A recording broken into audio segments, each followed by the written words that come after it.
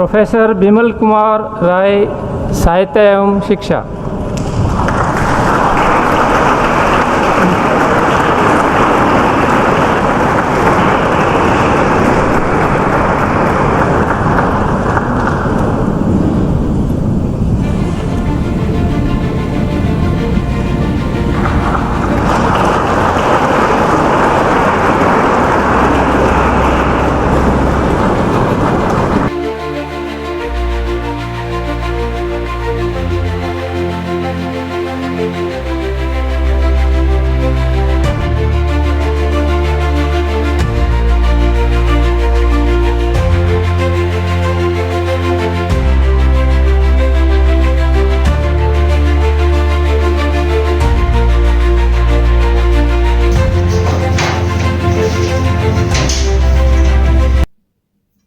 নমস্কার। আমরা আজকে এমন একজনের সাথে রয়েছি যিনি ফুটবল প্রশাসক তো বটেই, তার আগে একটা ছোট করে তথ্য দিয়ে রাখি। সেটা হচ্ছে যে মোহনবাগান ক্লাবে পদ্মশ্রী, অর্জুন অ্যাওয়ার্ডি এরকম 4 জন আছেন: শৈলেন মান্না, চুনী গোস্বামী, সুব্রত ভট্টাচার্য, প্রসূন ব্যানার্জি। এই মোহনবাগান ক্লাব ছাড়া শৈলেন মান্না তো একটা সময় অ্যাডমিনিস্ট্রেটর হয়ে গেছিলেন, কিছুটা সুব্রত ভট্টাচার্য হয়েছিলেন।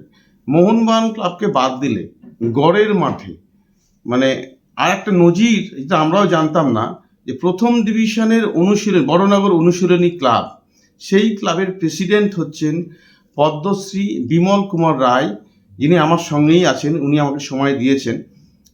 ইন্ডিয়ান স্ট্যাটিস্টিক্যাল ইনস্টিটিউটের ডিরেক্টর ছিলেন। 2015 পদ্মশ্রী পেয়েছেন। 2019 ন্যাশনাল স্ট্যাটিস্টিক্যাল কমিশনের চেয়ারপারসন ছিলেন। এমন একটা মানুষ যিনি আমাদের সময় দিয়েছেন, তার সঙ্গেই আজকে যোগাযোগ করব, এই কথা বলে নেব। এবং তার সাথে কথা বলার কারণও আছে, শ্যাম মেটালিক্স থেকে শুরু করে, সেটা আমরা বলছি।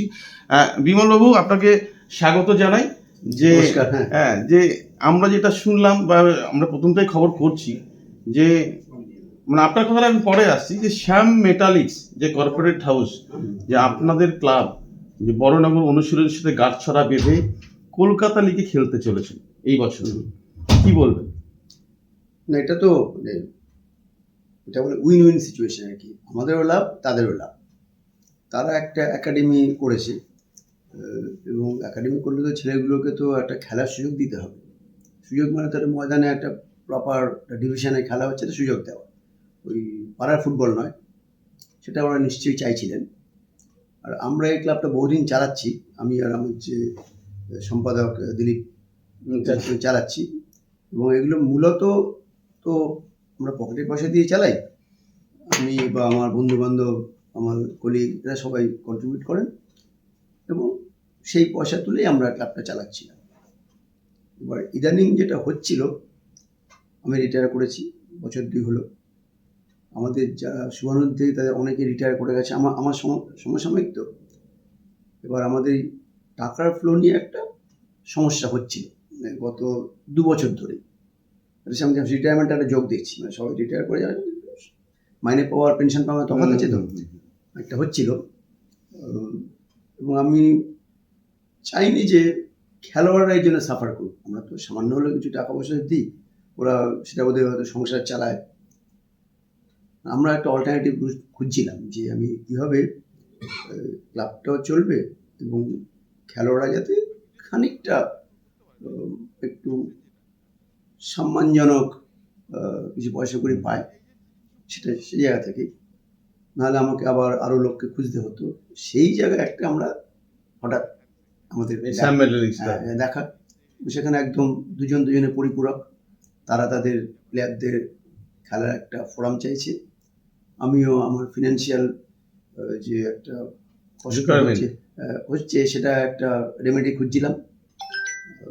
সেই হিসেবে আমরা গাঁটছড়া বাঁধলাম, এবং তাদের একাডেমি প্লেয়ার, আমরা যেসব প্লেয়ারদের স্কাউট করি, এদের সব মিলেমিশে যদি একটা ভালো কোচের হাতে পড়ে, এই টিম আরও ভালো হবে। আর আমি তো এত খুশি হলাম যে আমার খুব ফেভারিট প্লেয়ার ময়দানের দীপক মণ্ডলকে কোচ নিযুক্ত করা হয়েছে। এবং দেখলাম যে সব দিক থেকে উইন, মানে ওদেরও উইন, আমাদের উইন। এরকম একটা সুযোগ তো মানে পাওয়া যায় না। সেই হিসেবে আমরা খুশি, শ্যামবাটিস নিশ্চয়ই খুশি। না হলে অন্যটা কি হয়, আমি হয়তো একটা কাছে স্পন্সার চাইলাম কিছু, হ্যাঁ, স্পন্সাররা কিন্তু ওনারশিপ নেয় না। হ্যাঁ, স্পন্সার হয়তো একটা কিছু টাকা দিল, তার বিনিময়ে ওরা কি চায়, ওরা এক ধরনের বিজ্ঞাপন চায়। কিন্তু এখানে হ্যাঁ, ব্র্যান্ডিং চায়। এখন অনুশীলনী তো সে ব্র্যান্ড হয়নি, অনুশীলনীকে ওরা মানে কেন মানে ব্র্যান্ড হিসেবে ব্যবহার করবে? আর এমন তো নয় যে অনুশীলনী খেলা হলে মাঠে 10,000 লোক হয়। তারপরে ফার্স্ট ডিভিশনে খেলে, প্রিমিয়ারে খেলে, ইস্টবেঙ্গলের খেলে, তাও একটা মানে প্রচার আছে। সেই জন্য আমি চেষ্টা করলেও খুব একটা সফল হয়েছি বলবো না, মানে স্পন্সার পেতে আর কি। কেউ হয়তো আমার কথা রাখতে হয়তো কিছু টাকা দিয়ে দিতে পারে, কিন্তু সেটা নেহাতি ওই বদান্যতা আর কি। আমার সেই জায়গাটাও খুব একটা মানে পছন্দ হচ্ছিল না। এই শ্যামবাটিস চলে আসাতে একদম 2-2 একদম 4 হয়ে গেল আর কি। ওরা যা চাইছে, আমরা চাইছি, 2 মিলে 1 হয়ে গেলাম। বিমলবাবু, যে এটা আপনারা তো ঘরের মাঠে নজির সৃষ্টি করলেন, মানে একটা ক্লাবে পদ্মশ্রী এবং অর্জুন অ্যাওয়ার্ড, মোহনবাগান ক্লাবকে বাদ দিলে। ফার্স্ট ডিভিশন ক্লাবে তো ছেড়েই দিন, মানে মোহনবাগান ক্লাব ছাড়া প্রিমিয়ার ডিভিশনে এরকম কোনো নজির নেই। কর্মকর্তা হিসেবে আপনি তো নামেই প্রেসিডেন্ট নয়, আমি শুনেছি যে আপনি টাকা জোগাড় করা থেকে শুরু করে খোলা মাঠে খেলা দেখতে যান, কাদা মাঠে প্র্যাকটিসে যাই। এত ব্যস্ততার মধ্যেও সেখানে আপনি একজন পদ্মশ্রী এবং আপনার কোচ দীপক মন্ডল অর্জুন অ্যাওয়ার্ড, এই ফিলিংসটা কেমন লাগছে? এটা তো একটা অসাধারণ ফিলিং। মানে আমার মনে হয়েছিল যে আমি যদিও পড়াশোনার জগতের লোক, গবেষণা জগতের লোক, আমার মূলত স্বীকৃতি দেশে বা বিদেশে, আমি শিক্ষক, গবেষক এই হিসেবে, হ্যাঁ, বিজ্ঞানী হিসেবে। কিন্তু আমার যেটা মনে হতো, যখন স্কুলে পড়তাম, আমি নরেন্দ্রপুরে পড়তাম, আমাদের একজন মাস্টারমশাই বলেছিলেন যে পড়াশোনার সাথে সাথে আরেকটা প্যাশান লাগে। ওই প্যাশানটা না থাকলে কিন্তু পড়াশোনাও ভালো হয় না। তা আমার অনেকে হয়তো বই পড়ে, অনেকে গান করে, কেউ তবলা বাজায়। মানে আমি দেখি যে যারা ইভেন পড়াশোনায় খুব সাকসেসফুল, তাদের কিন্তু আরেকটা করে প্যাশান আছে। আমার সেই প্যাশানটা ফুটবল ঘিরে হয়ে গেছিল। আমি তখন স্কুলে খেলতাম, স্কুল টিমে খেলতাম। আমাদের ওখানে একটা ছিল স্কুল কলেজ সব মিলে একটা আশ্রম টিম হতো। আমি স্কুলে থাকতেই সেই মেন টিমে খেলতাম।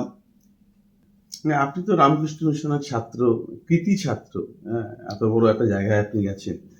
তো এই যে এখন আপনাদের অনুশীলন ক্লাবের শুধু না, বাংলা তথা ভারতীয় ফুটবলে ভালো বিজ্ঞাপন যে আপনাদের মতন মানুষ আজকে গড়ের মাঠে আছেন, কিন্তু গড়ের মাঠের পরিবেশ ক্রমশ মানে খারাপের দিকে যাচ্ছে। এখন সে আগের মতন না, আমি বলছি এটা মানছি না। হ্যাঁ, আগের মতন সেই ব্যাপারটা নেই যে ভালো ভালো লোক আসা এই করে নেই। এই মানে এখানে পায়ে পায়ে ডাটি পলিটিক্স, আপনি মিসম্যাচ করে যাবেন না? সে আগেও ছিল। আমার একটা মনে আছে, একটা খবরের কাগজে হেডিং, আমি খুব ছোট, বাংলা টিম গঠন হবে। তখন কাজল মুখার্জি মোহনবাগানে খেলছেন। বাংলা টিমে কাজল মুখার্জি নেওয়া হলো না, এবং মনে হচ্ছে পেপারে হেডলাইন করেছেন আপনি সাংবাদিকরা, কাজীর বিচার কাজল ছাঁটাই। সে ভুক্ত কাজল মুখার্জি যদি মানে ময়দানের পরে শিকার হন, তাহলে তো সে তো কবেকার। আমার তো মনে হয় তখন খুব ছোট, হয়তো 62-64 আমার সময় হবে। ওনার মতো প্লেয়ারও কিন্তু রাজনীতির শিকার হয়েছিলেন। এবং প্রতি পদে পদে আমি যেহেতু ফুটবলটা ফলো করি, এবং বড় বড় প্লেয়াররাও কিন্তু অনেক রাজনীতির শিকার হয়েছেন। তো সেইগুলো সাধারণভাবে উঠে আসতো না। কিন্তু আমি এখন যদি পিছিয়ে যাই, দেখি যে রাজনীতি তখন ছিল। এখন যেটা হয়েছে সেটা হচ্ছে একটু এটাই বিপজ্জনক আর কি। আগে কিন্তু পলিটিক্যাল লোকরা ক্লাবটা নিয়ন্ত্রণ করতো না। শৈলেন মান্না মোহনবাগান করছেন, জ্যোতিষ ঘোষ ইস্টবেঙ্গল করছেন, ওদের নিজেদের পছন্দ আছে আর কি। ওরা কাজল মুখার্জি পছন্দ করে না, বাদ দিয়ে দেবেন। ওটা একজন রাজনীতি, কিন্তু তারা কেউ পলিটিক্যাল পার্সোনালিটি ছিলেন না। পলিটিক্সের জায়গাটাতে কিন্তু এই ফুটবলটায় আসেনি। তারা সবাই নিজ নিজ ধীরেন দেয়, নিজ এতে একদম সক্রিয় ছিলেন আর কি। জ্যোতিষ ঘোষ ছিলেন, শৈলেন মান্না ছিলেন মোহনবাগানে। মানে এই যা দেখেছি আর কি, তারা তাদের যার ব্যক্তিত্ব ছিল, তারাও নোংরামিটা একটু কম। তার কারণ তখন রাজনৈতিক ব্যক্তিরা ক্লাব চালাতে শুরু করেন। এখন যেটা হয়েছে রাজনীতি ব্যক্তিতে একদম দখলে চলে গেছে। দখলে চলে গেছে, এবং তাদের সাথে তো তর্ক করা যায় না, তাদের সাথে আলোচনা করা যায় না। কিন্তু এই গড়ের মাঠে আদর্শ চরিত্র মানে কর্মকর্তার দিক দিয়ে দেখতে গেলে আদর্শ চরিত্র হওয়া কি ধরনের চরিত্র হওয়া আপনি না, বলেন? আমার মনে হয় এই দুজন আমি দেখেছি, জ্যোতিষ গুহ ইস্টবেঙ্গলে আর মোহনবাগানে ধীরেন্দ্র। জ্যোতিষ গুহ আমার ধারণা সবচেয়ে মানে সবচেয়ে ভালো কর্মকর্তা। আমি যদি মোহনবাগানের সমর্থক, কিন্তু আমি তো দেখেছি ইস্টবেঙ্গলে জ্যোতিষ গুহ যখন চালাতেন আর কি, উনি একটা মানে একদম একটা স্বর্গের ক্যারেক্টার আর কি। মানে ফুটবল যেভাবে যতটা উচ্চে নিয়ে যাওয়া যায় সবসময়। আপনি যেমন বললেন যে রাজনৈতিক ব্যক্তিত্বরা আসছে বলেই আজকে এটা দখল নিয়ে মানে সেই ওইটাই আছে যে আমি যে কারণে আপনাকে আগের প্রশ্নটা করেছিলাম যে পরিবেশ অনেকটাই খারাপের দিকে যাচ্ছে। না, আমি বলছি পরিবেশ আগেও কিন্তু অনেক এরকম পলিটিক্স ছিল কিন্তু সেই পলিটিক্সটা এমনি রাজনীতির ময়দান থেকে পলিটিক্সটা আমদানি হতো না, খেলার মধ্যে একটা পলিটিক্স থাকে আর কি, সেইটা ছিল আর কি। আর একটা এটা হচ্ছে যে আমাদের বাঙালির প্রতিভাবান ফুটবলার যেন উঠে আসছে না, ক্লাব কর্মকর্তারা উঠে আসছে না। আমরা বহু ক্লাবে আড্ডা মারি, সময় কাটায়, অনেক বয়স্ক কর্মকর্তা আছে, তারা বলেন যে আমরা চলে গেলে নতুন করে ক্লাব ধরার মতন লোক নেই যে প্যাশন নিয়ে করবে, প্যাশন নিয়ে কাজ করবে, ডেডিকেটলি ক্লাব করবে। এই ধরনের কর্মকর্তা কেউ ক্লাব করতে আসছে না। আমাকে এমনও বলেছে অনেক কর্মকর্তারা যে আমরা যদি মরে যাই, চলে গেলে আমাদের ক্লাবকে পয়সা দিয়ে ক্লাব চালাতে হবে। এই যে গ্যাপ, ইয়াং জেনারেশন কর্মকর্তারা আসছে না কেন? না, এটা আমি কিন্তু মনে করি এটা হচ্ছে এটাকে জেনারেশন গ্যাপ বলে। আমি সবসময় মনে করি আমার জেনারেশনের পরে বোধহয় সব শেষ হয়ে গেল। হ্যাঁ, মানে এটা ঠিক না। আমার ধারণা নতুন লোক ঠিক আসবে। মানে এটাই আমরা সত্যিকারে বলি জেনারেশন গ্যাপ। ভাবি যে যেমন ধরো আমরা যখন ছোটোবেলায় ভাবতাম কিশোর কুমার, সন্ধ্যা মুখোপাধ্যায় এরা চলে গেলে সঙ্গীত কী হবে, কেন কুমার শানু এসছে, অরিজিৎ সিং এসছে, শ্রেয়া ঘোষাল এসছে, নতুন উঠে আসে। এবং শ্রেয়া ঘোষাল বা অরিজিৎ সিং বা কুমার শানু এরা কিন্তু ওদের চেয়ে কোনো অংশে কম নয়। আমি কিন্তু আশাবাদী যে কিছু এবার শেষ হয়ে যায় না। মানে যতদিন মানুষের ফুটবল নিয়ে প্যাশন থাকে ততদিন ওটা চলবে। মানুষের ফুটবল নিয়ে প্যাশন চলে যাবে তখন এগুলো আস্তে আস্তে হয়ে যাবে। আপনার যখন ফুটবলের প্যাশন আছে, আপনি প্লেয়ারদের কথা ভাবেন যাতে দুটো পয়সা তারা পায়, যারা চাকরি এরা পায়। তার মানে কি আপনি প্রেসিডেন্ট হয়েছেন এই ক্লাবে, আপনি ফুটবলের উন্নয়ন নিশ্চয়ই আপনার স্বপ্ন আছে। অবশ্যই। আপনি কি মনে করেন আমাদের বাংলা তথা ভারতীয় ফুটবল একটা সিক ইন্ডাস্ট্রি? আমি অন্তত বলি যে বিপন্ন বাংলার ফুটবল, আপনি কি এগ্রি করবেন? অবশ্যই। মানে আমি এটা নিয়ে একদিন অনির্বাণের সাথে লম্বা কথা বলেছিলাম। অনির্বাণ আমার প্রস্তাবটা বললো যে দাদা এটার জন্য তো আমাদের 5 কোটি টাকার প্রজেক্ট চাই। হ্যাঁ, 5 কোটি টাকা দেওয়ার ক্ষমতা আমার নেই। মানে আমি কিন্তু নির্দিষ্ট ভাবনা অনেকের সাথে শেয়ার করেছিলাম যে এটাকে কী করে এগোতে হয়, মানে উঠবেই করে, যেটা এখানে আমরা তো একটা 20 বছরের ছেলেকে না আর তৈরি করতে পারবো না। আমি যদি, যেটা আমার সে অনির্বাণের কথা হয়েছে, আমি যদি ধরো 100টা 16-17 বছরের ছেলেকে আইডেন্টিফাই করলাম, তাদের দুটো ব্যাপার আছে, ওখানে পয়সা লাগে আর কি। তাদের কিন্তু বিদেশের ওই একই বয়সী ছেলেদের সাথে খেলাতে হবে, হয় এদের নিয়ে ওখানে খেলাতে হবে, ওই পরিবেশে ওদের প্লেয়ারদের নিয়ে এসে এখানে খেলাতে হবে। ওদের যারা কোচ করে, যেমন ইংল্যান্ডের তো মানে বাচ্চাদের কোচ হচ্ছে কেভিন কিগান, এই যে ফিল ফডেন, ফেরান টোরেস, এখন যারা সব টপ প্লেয়ার, কোল পামার, এরা সব হচ্ছে ম্যানচেস্টার সিটি একাডেমির প্রোডাক্ট। ওরা 8 বছর বয়সে একাডেমিতে নিয়েছিল। হচ্ছে কেভিন কিগান কিন্তু বড় ক্লাবের কোচ করেন না, একাডেমির কোচ করেন। তার হাতে 7-8 বছর ধরে ছিল, এবং প্রতিটি তাদের তো নানা জায়গায় খেলানো হয়। তো এই খেলানো ছাড়া কিন্তু এদের মান বাড়বে না, আর অল্প বয়স থেকে খেলাতে হবে, সেটাই খরচ সাপেক্ষ। আমি যদি একটা এইটা আপনার আইএসএ যারা আপনি ডিরেক্টর ছিলেন, আপনি মানে ভেবেছিলেন যে আইএসএ থেকে একটা টিম করা যায়? না, আইএসএ ছেলেরা তো খেলতে ইন্টারেস্টেড নয়, সব পড়াশোনা এডুকেশন নিয়ে ব্যস্ত, এবং সাধারণভাবে এরা ক্যারিয়ার নিয়ে বেশি ভাবে। এবং আইএসআই থেকে ওইভাবে টিম নিয়ে করা যাবে না। কিন্তু যেটা আইএফএ করতে পারতো, মানে অনির্বাণ আমার সাথে একমত, ও যদি সারা বাংলা স্কাউট করে 15-16 বছরের যদি 60-70টা ছেলেকে ধরে আনতে পারতো, তার যদি একসাথে রেখে খেলানো যেত, এবং ইন্টারন্যাশনাল এক্সচেঞ্জটা খুব দরকার, ওদের সাথে খেলতে হবে। আমি গুগলে দেখছিলাম যে আপনি মানে প্রয়াত প্রধানমন্ত্রী মনমোহন সিং থেকে শুরু করে রাষ্ট্রপতি প্রণববাবু, নরেন্দ্র মোদী, আপনার কর্মসূত্রের জন্য আপনার দারুণ যোগাযোগ, ছবিতেও দেখলাম। এবং আপনি যে ফুটবলের প্রতি প্যাশন, ওনারা কি জানতেন যে আপনি ফুটবল? প্রণববাবু জানতেন, প্রণববাবু জানতেন? মনমোহন সিং একটুখানি জানতেন, প্রণববাবু জানতেন না। মোদিজির সাথে আমার ফুটবল নিয়ে কোনো কথা হয়নি। আমার সাথে কথা হচ্ছে ভারতবর্ষের অর্থনীতি নিয়ে, যেটা আপনার সাবজেক্ট। যেটা আমার সাবজেক্ট। না, প্রণববাবু তো জঙ্গিপুর লোকসভা কেন্দ্রে তার বাবার নামে সম্ভবত ফুটবল টুর্নামেন্ট করতেন, তখন উনি রাষ্ট্রপতি হননি। না, আমি বলছি এই যে আপনার যোগাযোগ, এখান থেকে কোন রকম ভাবে ফুটবলের উন্নয়নের জন্য কোন হেল্প? আমি একবার ভেটারেন্স ক্লাব, তখন কার্তিক দা সেক্রেটারি, চুনিদা বোধের প্রেসিডেন্ট, আমি এদের সবাইকে নিয়ে রাষ্ট্রপতির কাছে গেছিলাম। তখন কি রাষ্ট্রপতি? আচ্ছা, যেটা হচ্ছে যে যখন এরা আমার বললো না, চুনিদা বা কার্তিক দা বা বিশু ভট্টাচার্য, নাসির আহমেদ ছিলেন, চন্দন ব্যানার্জি ছিলেন, এরা সব বললেন যে আগে বললে হতো, রাষ্ট্রপতির ওনার মেয়াদ শেষ হওয়ার ঠিক 2 মাস আগে। আচ্ছা। তারপরে তারা গিয়ে একটা আইডিয়া দিলেন যে ফুটবলের জন্য রাষ্ট্রর কী কী করা উচিত। তা প্রণববাবু সব শুনলেন, তিনি নিলেন, ওনার সেক্রেটারি নোট টোট নিল। তারপরে একদিন ওনার সাথে আমার দেখা হয়েছিল, প্রণববাবু আমার সাথে মাঝে মাঝে দেখা হতো। বললেন যে আমার প্রেসিডেন্ট হওয়ার পরের দিন এদের আসা হয়েছিল আমার কাছে, এখন আমার কথা কেউ শুনবে না, আমি ফলো আপ করতে পারতাম। আমি প্রধানমন্ত্রীকে বলতাম যে এগুলো ভালো প্রস্তাব, এগুলো যাতে দেখা হয়। এখন আমি চলে যাব, শেষ মুহূর্তে এসে লাভ নেই তো। এটা যদি ওরা 5 বছর আগে আসতেন আমার কাছে, ও নিজেও চুনির খুব ফ্যান, উনি বললেন। তো আপনি এত কর্মব্যস্ততার মধ্যে, আপনি বিদেশ, ভিন রাজ্যে সবসময় মাসের মধ্যে অর্ধেকটাই বাইরে বাইরে থাকেন। এর মধ্যেও আমি যা শুনলাম যে সম্ভবত বলরাম চৌধুরী বা অঞ্জন মিত্র যখন সেক্রেটারি ছিলেন, সালটা ঠিক আমার মনে নেই, 2015-16 হতে পারে, ভুলও হতে পারে, কিন্তু ওই সময়টায় আপনি মোহনবাগান, ইস্ট বেঙ্গলের দুটো টিমেরই মানে ক্লাবেরই সদস্য, লাইভ মেম্বার, এবং মোহনবাগানের নির্বাচনে আপনি প্রতিদ্বন্দ্বিতা করেছিলেন, যে বছর সুব্রত ভট্টাচার্য প্যানেল দিয়েছিল। এটা কি সত্যি? হ্যাঁ, সত্যি। এই ঘটনাটা বলবেন? মানে ঘটনাটা হচ্ছে যে আমি ফুটবল প্রফেশনে যাওয়া বলে ভাবিনি। আমি অনুশীলনী ক্লাব চালাই, সেটা ঠিক আছে, কিন্তু ফুটবল প্রফেশনে ওইভাবে সরাসরি যাওয়া ভাবিনি।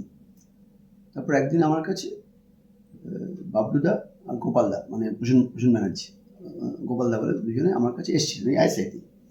এসে তারা আমার প্রস্তাব দিলেন যে আমরা এবার মূলত যারা ময়দানে কাঁপিয়ে ফুটবল খেলেছেন তারা, এবং যারা ফুটবল বোদ্ধা এবং অত্যন্ত সমাজের ওপর দিকের লোক আর কি, তাদের নিয়ে আমরা একটা কর্মসমিতি বানাবো। বাবলুদা থাকবেন ফুটবলার হিসেবে, আপনি যদি থাকেন আমাদের একটা ওই কাইন্ড অফ স্টার বলে আর কি, হ্যাঁ, মানে তাহলে রাজি। আর এটা এখন বলতে একটু লজ্জা করে যে আমি বাবলুদা গোপালদার খেলা গ্যালারি থেকে দূর থেকে দেখতাম। আমি ভাবতাম এরা কত দূরের মানুষ, মানে এরা যে আমার কাছে এসে মানে আমার হাত ধরে বলছে যে ভাই তুমি দাঁড়িয়ে যাও। হ্যাঁ, আমি কিন্তু ভাবিনি, মানে আমার স্বপ্নের মধ্যেও ছিল না আর কি। আমি তখন সেটা না বলতে পারলাম না, ভাবলাম যে আমার তো একটা সামান্য অভিজ্ঞতা হলেও আছে অনুশীলনে নিয়ে, আর আমি সারা পৃথিবীর ফুটবল খেলা দেখে বেড়াই। হ্যাঁ, আপনি আমার খেলা দেখেন। আমি প্রচুর সারা পৃথিবীর সব, আমি যে দেশে যাই ওখানে একটা ফুটবল খেলা দেখি। সেবার তো আপনারা হেরে গেছিলেন না? হ্যাঁ, সেবার আমরা হেরে গেছিলাম। মানে আমাকে প্রথমত গোপালদা সরে গেলেন পেছন থেকে, যারা যারা বলছিল যে আমাদের সাথে আছে তারাই সরে গেলেন। তা বাবলুদা একসময় বললেন যে আমরা তো আর জিততে পারবো না, বুঝতে করলে পারে না। শুনুন বাবলুদা, এটা কি বলছেন আপনি? খেলোয়াড় মানুষ, খেলতে নেমেছি তো হারতে হবে, জিততে পারে, হারবো বলে খেলতে আমার ওয়ার্কআউট তো হয় না। যখন মাঠে নেমে গেছি তখন আমরা খেলবো। আমরা কিন্তু লড়াই খানিকটা দিয়েওছিলাম, মানে লড়াই যে একবার দিনই তা নয়, আমরা কিন্তু হয়তো 700 ভোটে হেরেছি। এবং এই তারপর থেকে আর আপনি সক্রিয়ভাবে আর কোনো ক্লাবে বিটার এক্সপেরিয়েন্স। ইনফ্যাক্ট আমাকে একটা খুব মজা হয়েছিল, আমাকে নিতু ভোটে হারার পরে ফোন করেছিল, বললো যে আচ্ছা বিমলবাবু, আপনি অ্যাডমিনিস্ট্রেটিভ ইন্টারেস্ট নাও জানতাম না তো, তাহলে আপনি আমাদের ক্লাবের ভাইস প্রেসিডেন্ট হয়ে যান না, আমরা তাহলে প্রস্তাব আনি। আমি না না এটা খুব খারাপ হয়, মোহনবাগান ক্লাব থেকে ভোটে হেরে ইস্টবেঙ্গলের ভাইস তখন কি প্রেসিডেন্ট কল্যাণ মজুমদার প্রেসিডেন্ট? বললেন যে আপনি আমাদের একদিন ভাইস প্রেসিডেন্ট হয়ে যান না। তো আমি বললাম যে না, এটা এটা বোধহয় ভালো দেখাবে না, মোহনবাগান ক্লাবে ভোটে হেরে ইস্টবেঙ্গলের ভাইস ভাইস প্রেসিডেন্ট। প্রেসিডেন্ট আমি আমার দিলীপের সাথে আলোচনা করেছিলাম যে এটা বোধহয় ঠিক হবে না। আমি বললাম যে আমি অত্যন্ত সম্মানিত, গর্বিত, ইস্টবেঙ্গল ক্লাব আমাকে এটা এই বলছে, অফারটা দিয়েছে। দিচ্ছে, কিন্তু এটা বোধহয় ঠিক হবে না। এটা জানতে আপনি এই অনুশীলনী কত বছর ধরে আছেন, কিভাবে আপনি যোগাযোগ করলেন, এই না এটা হচ্ছে কবে যে এলেন? এটা হচ্ছে যে মানে আমরা বছর 20-22 হবে না, 22 হবে, মানে এটা ক্লাবটা চালাতেন শঙ্করদা, দুলালদা বলে দুজন ব্যাচেলার বৃদ্ধ লোক। আমরা তাদের চিন্তা, আমরা সেই অনুশীলনীর খেলাটা দেখতেও গেছি। আমরা মানে আমি দিল্লি অশোকদা বলে আমাদের উনি এখন পারিবারিক সমস্যা একদম বুলেট হয়ে গেছেন আর কি। তা আমরা ওনার সাথে পরিচয় হয়েছিল, যেতাম। একদিন আমরা খবর পেলাম যে শঙ্করদা তো চালাতেন আর দুলালদা দুজনেরই 3rd স্টেজ ক্যান্সার। তা আমাদের ওনাকে ডেকেছিলেন, আমি দিল্লি পর অশোক দেখেছিলাম ওনার বাড়িতে। বললেন যে আমাদের তো ঘন্টা বেজে গেল, আমরা দুজনই ব্যাচেলার, দুজনে তো দিলে ফটাফট চলে যাবো, তো ক্লাবটাকে উঠে যাবে, তোমরা কি চালাবে? আমি ওনাকে হাত ধরে বলেছিলাম যে আপনি ফুটবল নিয়ে জীবন দিয়েছেন, এটাকে আমরা চালিয়ে যাব। এখন অনুশীলনী আপনার কি চিন্তা ভাবনা, কারণ আপনি একটা খুব বলতে গেলে খুব সক্রিয় দিলীপ ভট্টাচার্যের মতো লোককে পেয়েছেন, যার ময়দানে খুব ভালো ভাবমূর্তি এবং প্রচুর কাজ করে। আমার তো একটা চিন্তা, যদি আমরা প্রিমিয়ারে খেলি, প্রিমিয়ারে খেললে আমার ধারণা আমরা হয়তো কিছু নজরে পড়তে পারি, সেই ধরনের ম্যাটলিক সেটা করতে পারে। প্রিমিয়ার থেকে কিন্তু উঠতে গেলে কিন্তু সেখানে ইনভেস্টমেন্টটা অনেক বেশি লাগে। আমি প্রিমিয়ার থেকে আই লিগে যেতে চাই, ওখানে কিন্তু ইনভেস্টমেন্টটা প্রচুর, তখন বাজেটটা বেড়ে যাবে। হ্যাঁ বাজেট বেড়ে যাবে প্রচুর। আর শ্যামমেটালে যদি সেটা নিয়ে এগিয়ে আসে, আমি তো অবশ্যই চাইবো প্রিমিয়ার থেকে আই লিগ, এবং অন্তত একটা দুটো প্লেয়ার যাতে ইন্ডিয়া টিমে, মানে ফার্স্টে বেঙ্গল টিমে, তারপরে ইন্ডিয়া টিমে খেলতে পারে আগামী 7-8 বছরের মধ্যে। আমার একদম প্র্যাকটিক্যাল চিন্তাভাবনা, আমি বলবো না যে আগামীকালে অনুশীলনী 4টা প্লেয়ার ইন্ডিয়া টিমে খেলবে। 7-8 বছরের মধ্যে যদি তাদের ক্লাবটা প্রিমিয়ারে খেলতে হবে, আই লিগে খেলতে হবে, সেখানে একটা দুটো প্লেয়ার ওরা বলবে যে অনুশীলনী আমাদের বড় করেছিল। আগে আমার মনে আছে, মানে অনুশীলনীটা আপনি সাপ্লাই লাইন করতে চাই। হ্যাঁ সাপ্লাই করতে, যেহেতু শ্যামমেটালে রানীগঞ্জের একাডেমির ছেলে আছে, এটা সাপ্লাই করতে চাইছে, এবং এখান থেকে রিমোট এলাকা থেকে প্লেয়ার তুলে নিয়ে এসে সাপ্লাই করতে যাচ্ছে, এবং এদের মধ্যে অন্তত 7 বছর দুজন প্লেয়ারকে আমি যদি ইন্ডিয়া খেলাতে পারি, সেটাই আমার বড় অ্যাচিভমেন্ট। আর আরেকটা তো আমরা দরিদ্র দেশ, খেলোয়াড়রা ততোধিক দরিদ্র, তাদের যদি একটা রুজি রোজগারের ব্যবস্থা হয়, এর চেয়ে আনন্দ কিছু হয় না। আমি যেমন একটা ভারতীয় তথা বাংলা তথা ভারতীয় ফুটবলে আর্থিক অবস্থানটা কি জায়গায় দাঁড়িয়ে খুব খারাপ ব্যাখ্যা করবেন? না, মানে যেই ধরনের বাজেট আমি ভাবি না, যে মানে একটা ক্লাবকে যদি আন্তর্জাতিক স্তর নিতে হয়, হ্যাঁ, এই শুধু 3-4টে প্লেয়ারকে হেই পেমেন্ট নয়, এবং গ্রাসরুট থেকে ইনভেস্টমেন্ট করতে হয় না, এই আর্থিক ক্ষমতা বা ইচ্ছে দুটি আমাদের ভারতবর্ষে কোনো ক্লাবে নেই, কোনো ক্লাবে নেই, কোনো ক্লাবে নেই, ক্ষমতাও নেই, ইচ্ছেও নেই। আমাদের সময় দেওয়ার জন্য অসংখ্য ধন্যবাদ। আচ্ছা। আপনাদের সব ইচ্ছা পূরণ হোক, শ্যাম মেটালিক্স বড়নগর অনুশীলনী মানে এগিয়ে চলুক, এই শুভেচ্ছা জানিয়ে আজকের ইন্টারভিউ শেষ করছি, এবং সময় দেওয়ার জন্য অনেক ধন্যবাদ। অনেক ধন্যবাদ। আমি